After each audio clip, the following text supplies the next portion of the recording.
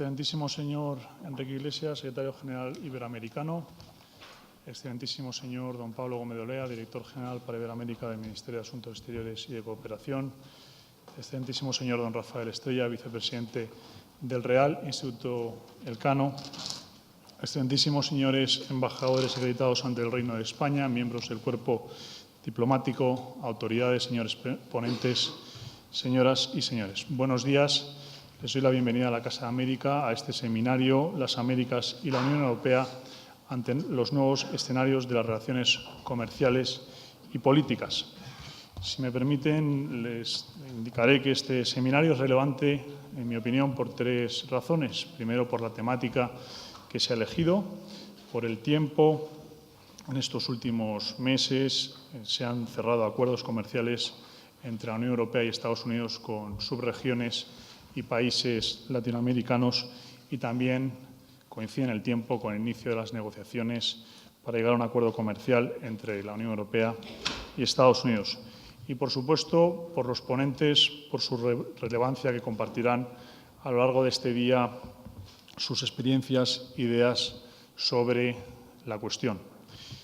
También quiero agradecer a Europa Abierta, el programa de Radio Exterior de España, que se emitirá en directo a partir de las 11 de la mañana y que ha querido acompañarnos en un día como este.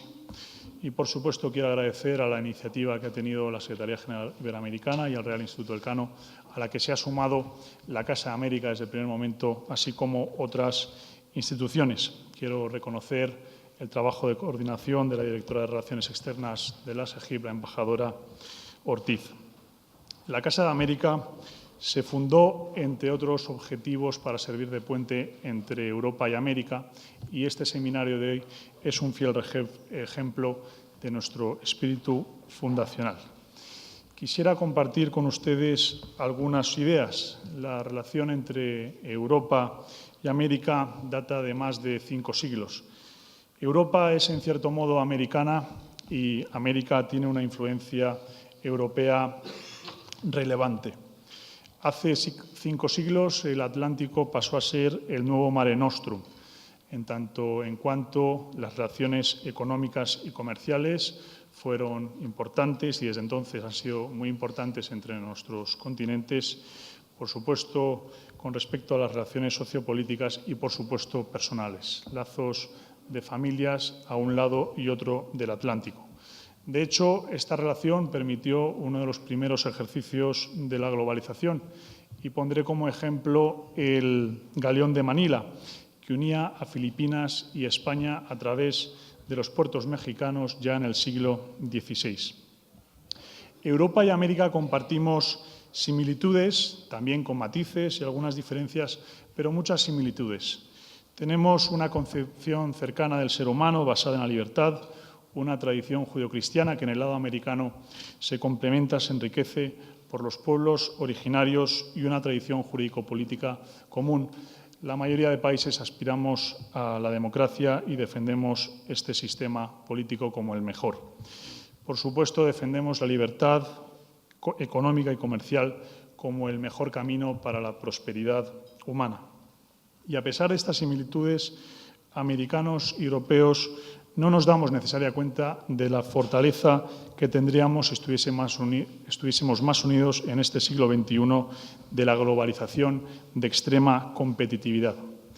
Y debemos estar cerca precisamente por preservar nuestros principios y valores y también por puro pragmatismo económico, porque esto redundará en una mayor prosperidad para nuestros pueblos y nuestros conciudadanos.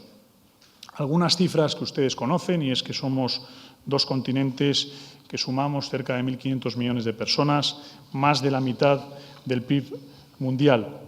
La Unión Europea y Norteamérica aportan polos mundiales de investigación y desarrollo muy relevantes, universidades de primer orden, la mayor proporción de grandes multinacionales en todos los ámbitos, centros financieros mundiales y conocidos, una renta per cápita superior a los 30.000 millones de euros.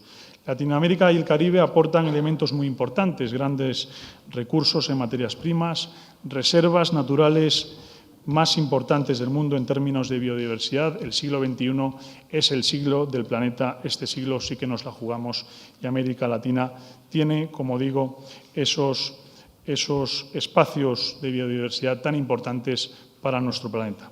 Y, por supuesto, una clase media incipiente que en esta última década se suma a millones de personas que han pasado de la pobreza a esa clase media que implica un mercado dinámico y también joven. El siglo XXI es el siglo, parece, del Pacífico. El Pacífico se constituye como el nuevo Mare Nostrum. Y digo parece porque lo que sí que está claro es que América se convierte en el nuevo cruce de caminos entre su tradición atlántica de más de 5 siglos y su relación pacífica del siglo XXI. Un claro ejemplo es el Canal de Panamá. El año próximo cumple un siglo de existencia. América es una realidad dual que le aporta una gran fortaleza.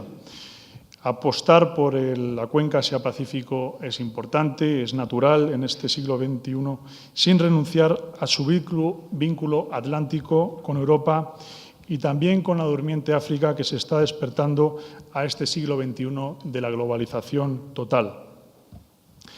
Europa también tiene que aportar, saliendo pronto de esta situación en la que nos encontramos y entendiendo que nuestro lugar en el mundo pasa por tener una vinculación mucho más estrecha con el continente hermano americano. Muchas gracias.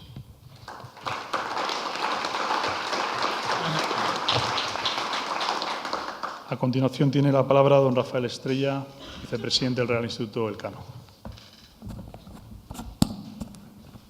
Muy buenos días y, en primer lugar, gracias por la hospitalidad de Casa de América. Gracias, Tomás, por esta generosidad de acoger siempre cualquier ejercicio de reflexión, de presentación de nuevas ideas. Gracias muy especiales al secretario general iberoamericano y a la SEGIP, Enrique Iglesias, al Gobierno, al Ministerio de Asuntos Exteriores, en la persona de Pablo Gómez Olea. No es fácil realizar un seminario de esta naturaleza cuando parece que lo que se espera es que aquí venga gente a decir cosas brillantes para explicarnos cómo va a ser el mundo. Era un mundo que creíamos que estaba bastante ordenado en su caótica globalización y de repente uno mira atrás a lo que ha ocurrido, lo que está ocurriendo en los últimos 4 o 5 años y se están produciendo unas corrientes que eran difícilmente previsibles en un espacio de 5, 6, 7 años. Era difícil predecir cómo los países del Pacífico iban a alcanzar una dinámica tan intensa en su acercamiento, en su integración, con una visión política, con una visión también de espacio económico y comercial, el impulso que venía produciéndose hacia un tratado del Trans-Pacific Partnership, y era absolutamente imposible predecir porque parecía un tema tabú, que entre la Unión Europea y Estados Unidos se pudiera plantear, a pesar de contar con todos los elementos para ello, se pudiera plantear la posibilidad de un acuerdo, de un tratado de libre comercio, que es mucho más que un simple tratado de libre comercio porque tiene otras dimensiones que tienen que ver con inversiones, con servicios, etcétera, etcétera. Yo recuerdo que cuando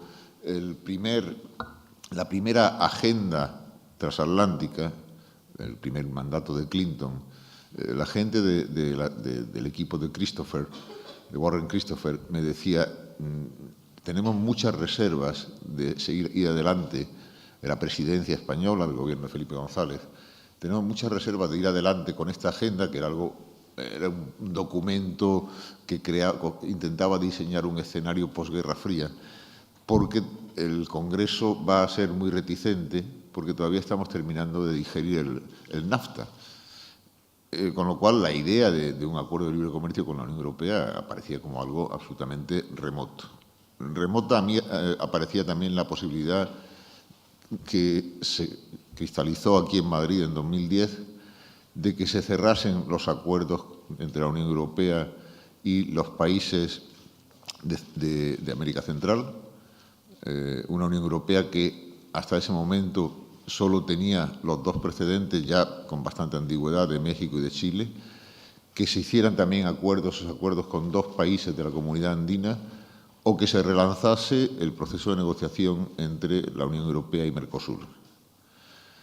Bueno, pues todo eso está ocurriendo con distintos ritmos, con distintas velocidades.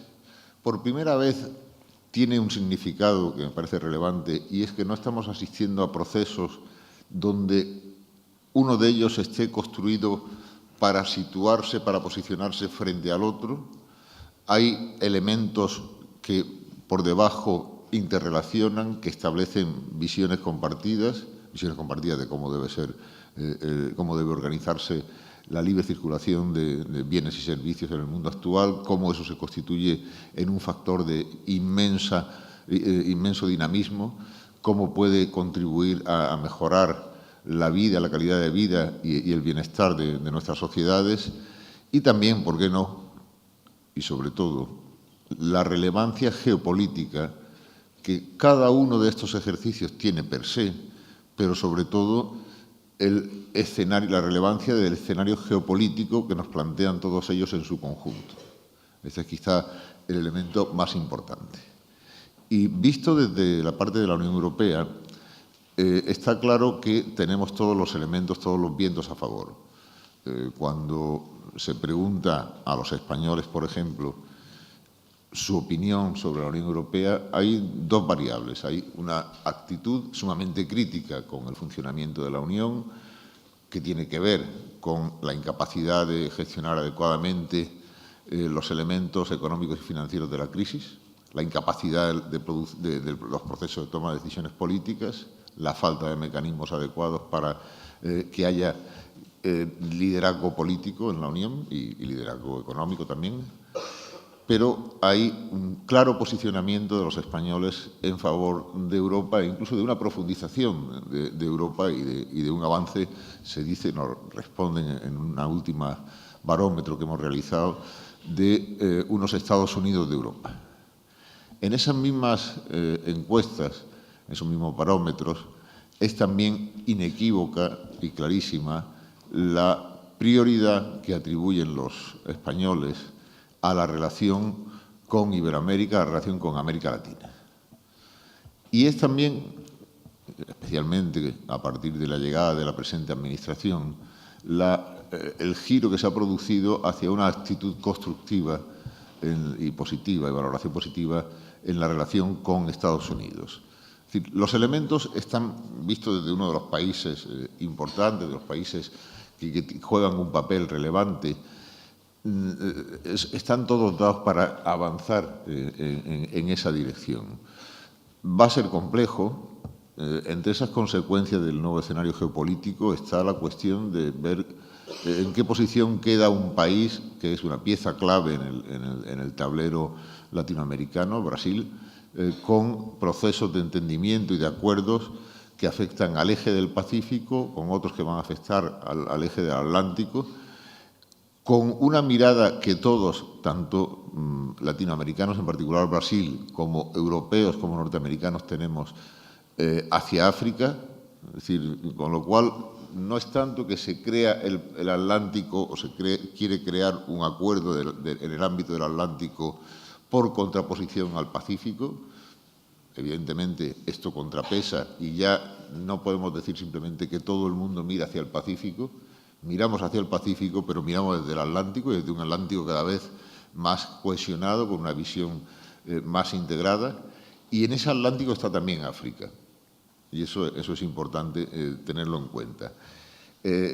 Con lo cual, yo no sé si tendremos que hablar en el futuro, querido secretario general, en lugar de hablar, o además de hablar del TAFTA, del TPP, etcétera, no tendremos que buscar una expresión, un término que todos podamos entender y que no sea tanto un acrónimo, pueda ser un acrónimo, pero pueda ser una palabra coloquial, el PALCO, Pacífico Atlántico, que es un espacio que trasciende los espacios con los que venimos manejándonos ahora. Evidentemente hay otras variables y algo tiene que ver con el impulso que se le está dando a estas negociaciones entre la Unión Europea y Estados Unidos. Me refiero al papel de Asia y en particular de China.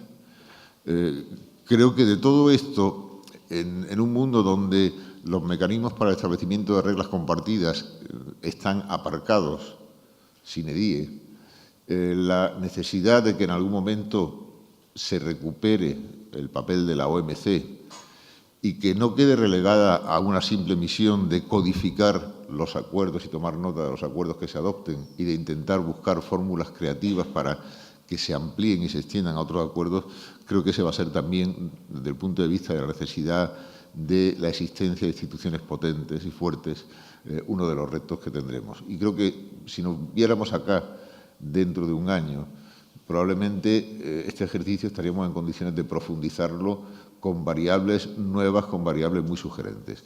Por tanto, es un placer haber contribuir a la organización de este seminario y participar en el mismo. Muchas gracias.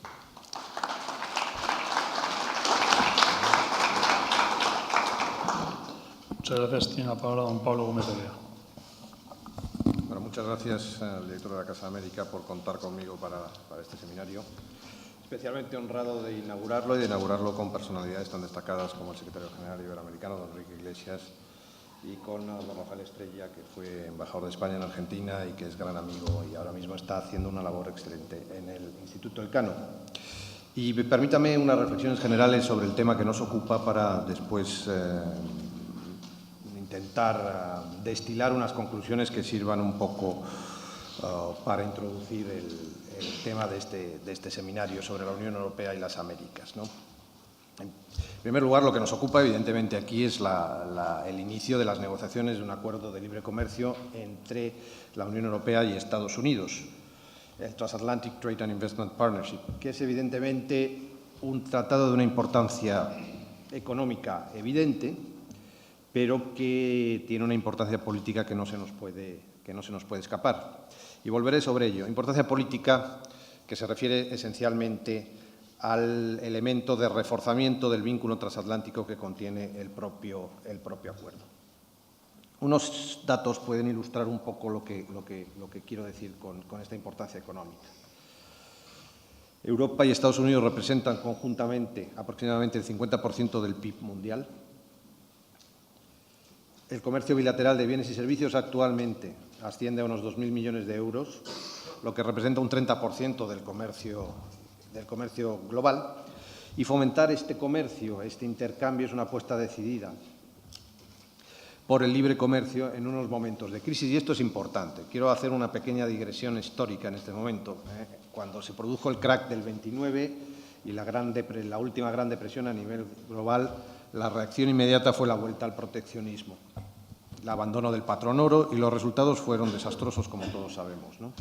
Aprovechar estos momentos de crisis para replantear una relación transatlántica más rica, una relación transatlántica renovada, sobre la base del libre comercio, de la seguridad jurídica, de la libertad de los intercambios, creo que es una apuesta decidida y cambia el patrón de respuestas normales ante las incertidumbres que nos plantea la globalización y que nos plantea actualmente la crisis económica mundial.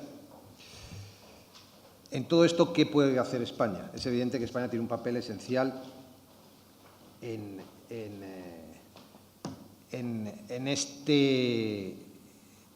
este juego, digamos, porque España tiene una presencia histórica en América Latina y tiene una presencia actual importante desde el punto de vista económico y desde el punto de vista de inversiones y comercial. Pero, sobre todo, España y América Latina, en este caso, es un pilar fundamental de este vínculo transatlántico, en el sentido de que América Latina participa de los mismos valores democráticos y de libertad que son la base de este vínculo transatlántico. Hay una frase que a don Enrique le gusta especialmente, de un embajador en España, que dice que España se encuentra con América camino del Pacífico. Y es la realidad. Es decir, cuando celebramos ahora 500 años del descubrimiento del Pacífico, la realidad es que las naves españolas y el propio Cristóbal Colón lo que quería era llegar a las costas asiáticas y se encuentra con el continente americano.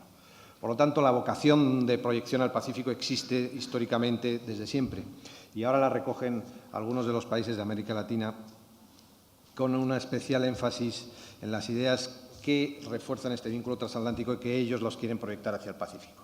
Y este es el caso de la Alianza del Pacífico. Y, por lo tanto, nosotros desde el principio apoyamos la creación de la Alianza del Pacífico. Estuvimos en la reunión fundacional en Cerro Paranal, en Chile, con la presencia de Su Majestad el Rey, y nos asociamos como primer país observador en el marco de esta iniciativa. Pero esta iniciativa no es más que un elemento más dentro del nuevo papel que América Latina juega en el mundo. Una América Latina que ya ha pasado desde hace tiempo de ser un objeto de las relaciones internacionales a ser un sujeto activo de las relaciones internacionales. Una América Latina que experimenta una serie de iniciativas en materia de integración interesantes y con muy buenas perspectivas, desde la CELAC, pasando por UNASUR hasta esta Alianza del Pacífico. Una América Latina que ha abandonado las décadas perdidas de frustración política, de crisis económica y, por lo tanto, como he dicho, una América Latina que se afianza más en el panorama internacional. En esta América Latina, España y Estados Unidos son los inversores de referencia. Gran parte de esta inversión se produjo a principios de los años 90, cuando las perspectivas de la región no eran tan prometedoras, y es evidente que las empresas españolas, en este caso, tienen una vocación de permanencia en América Latina. Y, por lo tanto, la realidad de América Latina tiene que ser central en las consideraciones que España haga en el marco de este acuerdo entre la Unión Europea y Estados Unidos. Y ello por varias razones, pero sobre todo porque muchas de las decisiones que se tomen en la mesa de negociación afectan directamente a muchos países de América Latina. Y les afectan porque muchos de ellos están ya ligados a la Unión Europea y a Estados Unidos por acuerdos de libre comercio. Y, por lo tanto, tenemos una petición recurrente de muchos países de América Latina que quieren, de alguna manera, si no estar presentes en las negociaciones, sí al menos poder recibir parte de los inputs que se pongan encima de la mesa y que, evidentemente, les va a afectar en sus relaciones tanto con la Unión Europea como con Estados Unidos. Por lo tanto, el acuerdo que tenemos encima de la mesa es un acuerdo de una importancia básica y para España especialmente. El ministro Margallo ha dicho tradicionalmente desde hace tiempo que España tiene dos anclajes fundamentales, que son Estados Unidos y la Unión Europea. Cuando esos dos anclajes están firmemente asentados, las dos vocaciones de España, que son la vocación latinoamericana y la vocación norteafricana, son dos vocaciones que transcurren por los cauces por los que tienen que transcurrir, por los cauces de entendimiento, por los cauces de construcción. El principio básico, entonces, en el que nos encontramos después de estas breves reflexiones es que el vínculo transatlántico es un reflejo de los valores de la civilización occidental de la que participamos tanto la Unión Europea como Estados Unidos como América Latina. Defensa de los derechos humanos, de las libertades individuales, de la democracia y esfuerzos para mantenimiento y propagación de la paz en el mundo. El reforzamiento de ese vínculo transatlántico va a ayudar, evidentemente, a proyectarlo al resto de América, para consolidar esta comunidad de valores que están basados fundamentalmente en tres tradiciones: la tradición grecolatina, la judeocristiana y la tradición de la Ilustración europea y de la Ilustración francesa, con la defensa de los derechos individuales y de las libertades fundamentales. ¿Qué conclusiones inmediatas podemos sacar? Como he dicho anteriormente, un acuerdo de libre comercio tiene consecuencias no solo comerciales y económicas, sino consecuencias geopolíticas de gran trascendencia.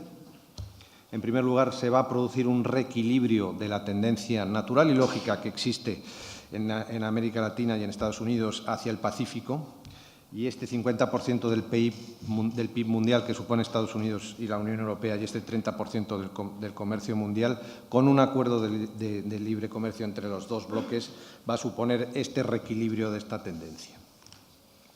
Pero yo creo que también, y en consecuencia de todo esto, no se trata solamente de la capacidad que tenemos Estados Unidos y la Unión Europea de influir en cosas tan básicas y tan importantes como son, por ejemplo, estándares de producción, calidad de vida de los ciudadanos, sino que es fundamental el acuerdo para reforzar la capacidad de estos dos bloques de influir en que la democracia se reafirme frente a tendencias autoritarias que pueden surgir en países emergentes.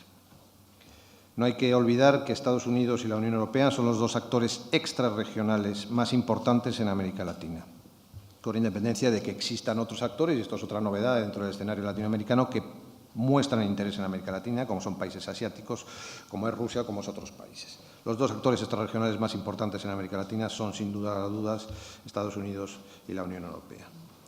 Es evidente que el acuerdo va a extender beneficios a México y a Canadá, por supuesto, a través de los vasos comunicantes que existen dentro o que supone el NAFTA, pero también va a suponer un beneficio inmediato para los países de América Latina que ya tienen acuerdos comerciales con estos dos bloques, como he dicho anteriormente. Centroamérica, que está en proceso de finalizar la ratificación de su acuerdo de asociación con la Unión Europea, Chile, Perú y Colombia, que ya tienen sus acuerdos en vigor y que, evidentemente, van a recibir los beneficios de los mismos.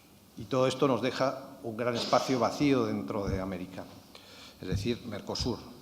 Y el acuerdo de la Unión Europea y Estados Unidos va a suponer un gran desafío para Mercosur y, concretamente, para Brasil, que necesita, de alguna manera, integrarse en estas corrientes nuevas que he dicho, que suponen la mejor respuesta a la crisis.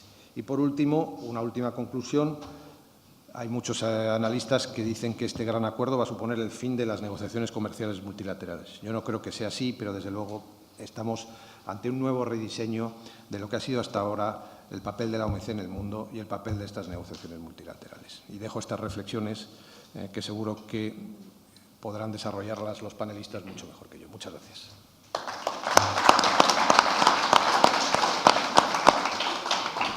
Muchas gracias, director general. Tiene la palabra don Enrique Iglesias.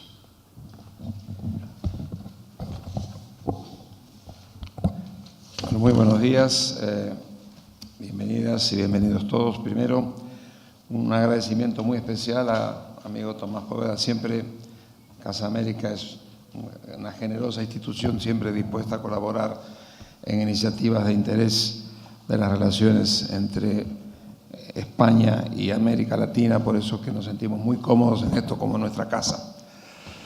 Agradecer también en forma especial al CANO y en la persona del embajador Estrella por asociarse a esta iniciativa y, por supuesto, a nuestro amigo Pablo Gómez de Olea por representar aquí a la Cancillería y apoyar con su presencia este tipo de debates.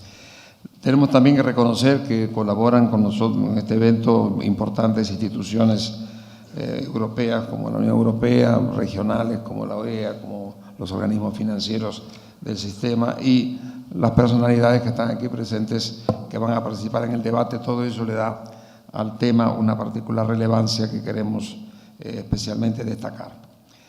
En realidad, el tema central que nos preocupa tiene mucho que ver con la forma como se está perfilando el mundo de hoy. Yo creo que partimos del reconocimiento de que estamos con una crisis muy profunda, una crisis difícil de superar y, por supuesto, lejos de haber sido superada. Creo que empieza a haber señales positivas en un sentido o en otro, pero deberíamos reconocer que estamos todavía en medio de situaciones donde es muy difícil saber cuándo vamos a salir y cómo vamos a salir. Pero de todas maneras, yo creo que este es el punto de partida. Estamos en presencia de un cambio, como se ha dicho, de época en el mundo, y eso ciertamente nos debe llevar a pensar y a reflexionar cómo evolucionan en ese cambio de época las relaciones multilaterales. El multilateralismo parte en realidad como el gran objetivo con que termina el desastre de la Segunda Guerra Mundial. Un multilateralismo que se manifestó en lo político, con la creación de Naciones Unidas, se manifestó en lo financiero y desarrollo con los organismos de Bretton Woods, en la Corte de La Haya.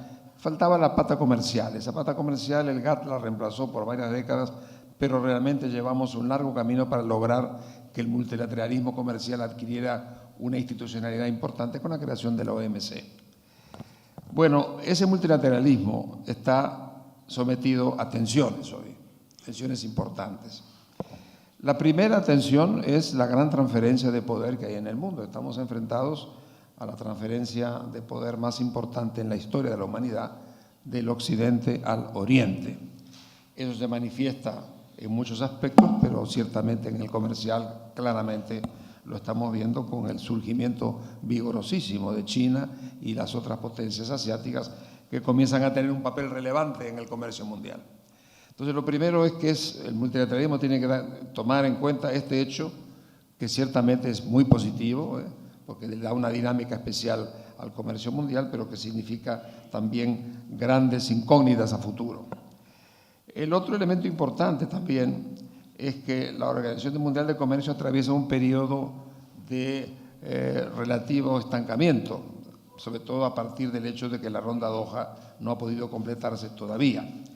Bueno, un estancamiento, entre otras cosas, porque la OMC no ha podido incursionar en ciertos temas nuevos, entre otros el tema del ingreso de Asia en esta dimensión en el comercio mundial, pero también qué hacer con las cadenas globales de valor, por ejemplo, que es una nueva forma de hacer comercio en el mundo, el papel de los fondos soberanos, o lo que es más importante todavía, yo diría, cómo se puede incorporar a todos estos elementos multilaterales el problema de las políticas cambiarias. Ustedes han visto la famosa guerra de divisas que nos ocupó en los últimos años, que forma parte de los fenómenos que realmente no han podido ser absorbidos o incorporados dentro de los temas que aborda la OMC. Yo creo que se abre un periodo importante, llega a la dirección de la OMC una persona del tercer mundo, una persona del mundo en desarrollo, con una enorme experiencia diplomática, es por tanto una puerta de esperanza, pero el desafío es muy grande.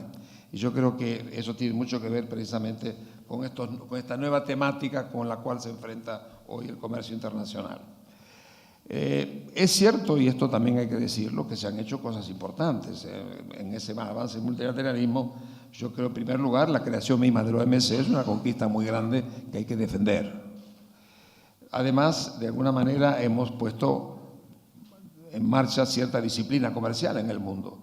Gracias a esa disciplina es que la crisis última del 2008 no provocó un avance espectacular del proteccionismo, se pudo controlar. Quiere decir que de alguna manera estos son dividendos que da esta creación institucional. También hay ciertas cosas, por ejemplo, que no se pueden desconocer, que son contribuciones importantes, como por ejemplo la protección de los inversionistas o los mecanismos de solución de controversias. La OMC es la única institución que puede poner sanciones económicas y todo eso creo que forma parte de avances que no se pueden desconocer. Yo agregaría a estos elementos que acabo de mencionar el hecho de que los países emergentes es uno de los grandes fenómenos del momento actual. El surgimiento de estos países emergentes de Asia, de África, de América Latina, le dan también nuevas oportunidades al mundo. Hoy en día esos países crecen económicamente, aportan 2/3 partes del crecimiento de la economía mundial, pero aparte de eso son socios crecientes en el comercio internacional. De manera que también ahí tenemos que pensar que la forma de amparar esas nuevas realidades van a ser los grandes desafíos que de alguna manera lleva adelante hoy el sistema multilateral comercial. Hay un factor importante, y es un poco el que provoca este seminario, que es la forma como vienen proliferando en ese multilateralismo comercial los acuerdos comerciales bilaterales o por grupos de países.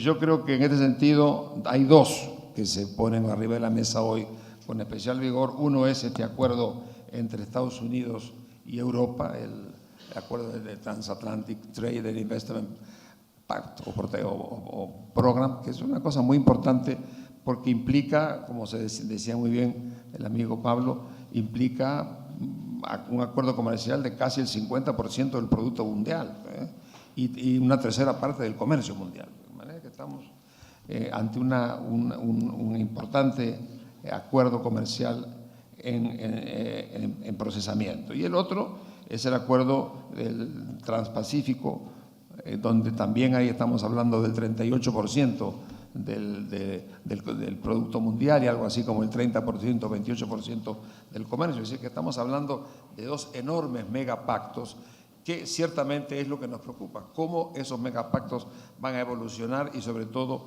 cómo van de alguna manera a afectar a las opciones de desarrollo y las opciones de internacionalización de América Latina. Ese es el tema. Difícil porque no sabemos cómo van a evolucionar, pero de todas maneras el hecho de que nos planteemos el tema, que lo debatamos, me parece que es un hecho importante. Por eso que este tipo de acuerdo, este tipo de seminario tiende a eso, a reflexionar sobre cómo estamos en ese tema.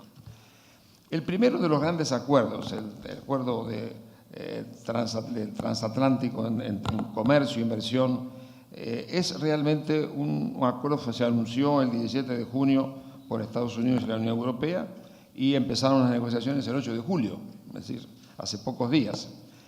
Bien, ¿cuáles son los objetivos que explicitó Estados Unidos con este acuerdo? Bueno, primero, por supuesto, la eliminación de los aranceles al comercio bilateral, que ya es muy liberal, queda muy poco por abrir, pero de todas maneras la idea es completarlo. La mejora de las reglas en materia de inversión, la eliminación de las barreras no arancelarias detrás de las fronteras, es decir, incluido los productos agrícolas, la reducción significativa del costo de las diferencias en regulaciones y estándares, el mejoramiento en el acceso al mercado de servicios, el desarrollo de principios sobre reglas y nuevas formas de cooperación en temas de preocupación global, incluyendo la propiedad intelectual, empresas estatales y barreras al comercio. Es decir, que el objetivo es realmente de una enorme ambición y, por tanto, de una enorme complejidad. Pero es a eso a que apunta un poco Estados Unidos en momentos en que trata de hacerle frente a esta crisis en que atraviesan el mundo y particularmente la zona noratlántica. Para Europa parece que los objetivos son bastante parecidos, con algunas prevenciones, entre otras la excepción cultural, que apoya a Francia en particular, inversiones en el mecanismo de solución de diferencias que no deberían aplicarse a la etapa de preestablecimiento, de acceso al mercado, el mejoramiento de la protección de indicadores de indicaciones geográficas, un tema muy controvertido en la OMC, pero básicamente hay acuerdo en cuanto a la temática que se va a poner en marcha. ¿Cómo nos afecta todo esto a nosotros? Bueno, es el tema que tenemos que discutir en el día de hoy. De alguna manera hay que pensar que NAFTA, por ejemplo, una reflexión interesante, NAFTA, el acuerdo de México, Canadá y Estados Unidos, tuvo un gran impacto en la conclusión de las negociaciones de la Ronda Uruguay. De repente, el avance en las negociaciones noratlánticas puede ser una forma importante también para movilizar la Ronda Doha y que de alguna manera se ponga en marcha el mecanismo multilateral al que todos aspiramos. Los países, dicho sea de paso, de América Latina, de México y todo el Pacífico que tienen tratado con Estados Unidos y con Europa, han pedido participar, pero les han dicho por ahora no. De repente vendrán en su momento, pero en este momento no están incorporados a la negociación. ¿Qué tipo de preguntas podríamos formular frente a este gran tratado que se estaría negociando? Primero, que lo haríamos como América Latina y Caribe. ¿Se dará una liberalización profunda que lleve a la eliminación arancelaria de todos los bienes agrícolas, por ejemplo? Los lácteos, la carne, el azúcar, los cereales. ¿Se darán compromisos de eliminación de subsidios a las exportaciones y ayudas internas? Un tema que preocupa muchísimo hoy a algunos países de nuestra región. ¿Las normas de origen serán flexibles, atendiendo a las necesidades de las cadenas globales de valor? ¿O estrictas de manera tal que reconozcan el alto grado de integración vertical en las diferentes cadenas productivas, por ejemplo en textiles? Los compromisos en materia de propiedad intelectual, ¿qué profundidad van a tener? Es un tema muy importante este. Los acuerdos en materia de servicios, compras públicas, ¿serán la OMC más o menos? Ahora, podemos anticipar algunas conclusiones teóricas. Primero, que va a haber disposiciones que beneficiarían a todos los países, particularmente en el área de normas y estándares. No se olviden ustedes que Europa es uno de los países que tiene mayor grado de estandarización y de normas en esta materia. Ahí hay decisiones que van a afectar al mundo entero, de manera que es muy importante lo que pasa en ese sector. Hay otras disposiciones de ese tratado que van a beneficiar solamente a los europeos y a los americanos. Dicho sea de paso, según estimaciones de la Comisión Europea, los beneficios económicos esperados, involucran 119.000 millones de euros para la Unión Europea y 95.000 millones de euros para Estados Unidos por año. Es decir, estamos hablando de implicaciones importantes. Ahora, decía, algunas disposiciones benefician a todos los países, otras solamente a ellos. Y hay un tercer grupo que pueden tener efectos negativos en los no participantes. Hay que recordar que Estados Unidos y la Unión Europea llevan a cabo una tercera parte del comercio mundial. Por ejemplo, en productos manufacturados perderían márgenes de preferencia en los terceros países, en camionetas, por ejemplo, en Estados Unidos, coches en la Unión Europea, algunos textiles en Estados Unidos, algunos calzados en Estados Unidos, etc. Es decir, estamos frente a una nueva iniciativa de una enorme importancia que puede significar una movilización en la buena dirección para terminar con la ronda de Doha, lo cual es bueno para el mundo, pero que tiene una serie de incógnitas, porque en algunos casos va a beneficiar a todo el mundo, en otros casos beneficia solamente a Estados Unidos y a Europa, y en otras partes puede generar problemas y perjuicios para el resto de los países. Este es con respecto al primer tema o al primer megatratado. El segundo es el Tratado del Pacífico, el Trans-Pacific Partnership, que es es un acuerdo también de asociación económica.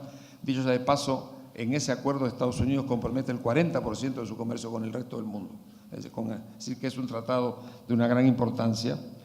Ese tratado, como decía hoy, representa el 38% del Producto Bruto Mundial y 26% del comercio. Significa que, de alguna manera, que Estados Unidos, además, se está metiendo en el patio trasero de China, lo cual genera cejas levantadas en muchas partes, sobre todo en China. Ahora, esto nos preocupa en un doble sentido. ¿Cómo va a incrementar este tratado el comercio mundial y cómo afectará a América Latina? Por supuesto, permitiría a los países participantes incrementar la integración económica, evidentemente, entre esos países. Dicho eso de paso, los países fundadores fueron Brunei, Chile, Nueva Zelanda y Singapur. En el 2008 entra Estados Unidos, Australia, Perú y Vietnam. En el 2010 entra Malasia. En el 2012 México y Canadá son aceptados como miembros oficiales. Y Japón está en proceso de incorporación. Es un paquete muy importante del mundo en todos los planos, producto y comercio. La negociación parecería ser que tiene altas posibilidades de éxito. Estados Unidos aprendió de la experiencia que tuvo en ALCA y se está sentando con los que están dispuestos a avanzar e incrementando el costo de los que no avanzan a ese ritmo. De manera que es posible que en las técnicas de negociación este acuerdo tenga realmente capacidad de volar y poder llevar adelante. China no ha dicho si se incorpora, pero Estados Unidos seguramente tendría alguna objeción en el caso que lo hiciera. ¿Cuáles serían las preguntas que nos haríamos? Bueno, los compromisos en materia de propiedad intelectual serán de profundidad. Este es un tema muy importante, donde Estados Unidos hace cuestión fundamental. Habrá acumulación de origen para el aprovechamiento de las preferencias comerciales. Bien, estos dos tratados nos ponen un poco frente a grandes opciones para la apertura de América Latina y grandes peligros, yo diría, en general.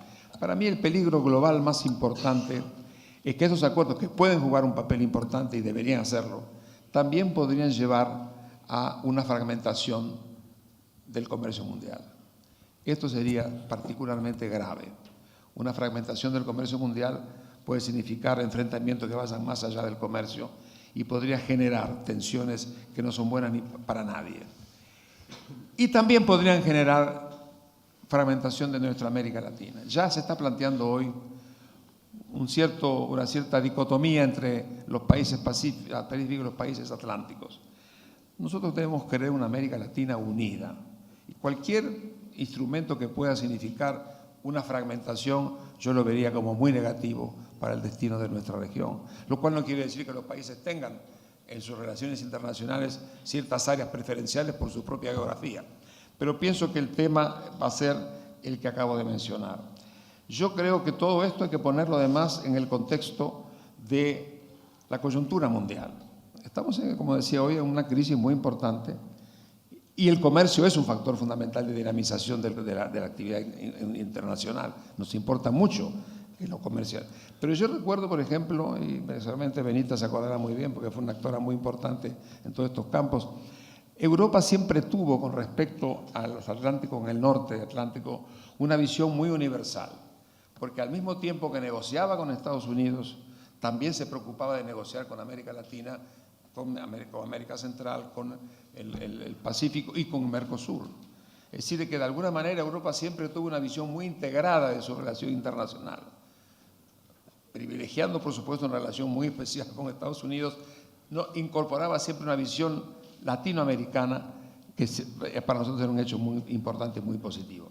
Por eso que diría que estamos enfrentados a uno de los grandes instrumentos que nos pueden sacar de la actual crisis que vive alguna zona del mundo, particularmente Europa y Estados Unidos y Japón. Pero también podrían tener, si no se hacen bajo el amparo de un fortalecimiento de la OMC, repercusiones fragmentarias que no serían buenas ni para la humanidad ni para América Latina. Ese es el tema que nos preocupa. ¿Tenemos base para decir una cosa? No, porque no sabemos exactamente cómo van a terminar, si van a terminar estos acuerdos y qué dimensión van a tener. Pero es muy importante en estos momentos sostener que los grandes objetivos de la OMC, y nosotros lo vivimos particularmente en mi país cuando partió la Ronda Uruguay en el año 86, es mantener el concepto de que la apertura y la universalidad del comercio debe ser el objetivo final y que ninguna tentativa de promover el comercio a expensas de la fragmentación del mundo o de regiones como la nuestra sería algo que nosotros debiéramos mirar con simpatía, sino por el contrario con mucha preocupación. Ciertamente el tema no se trata más que de abordarlo, ver sus repercusiones y en función de ellas todos pensar un poquito más qué es lo que más nos conviene en el mundo que vendrá. Muchas gracias.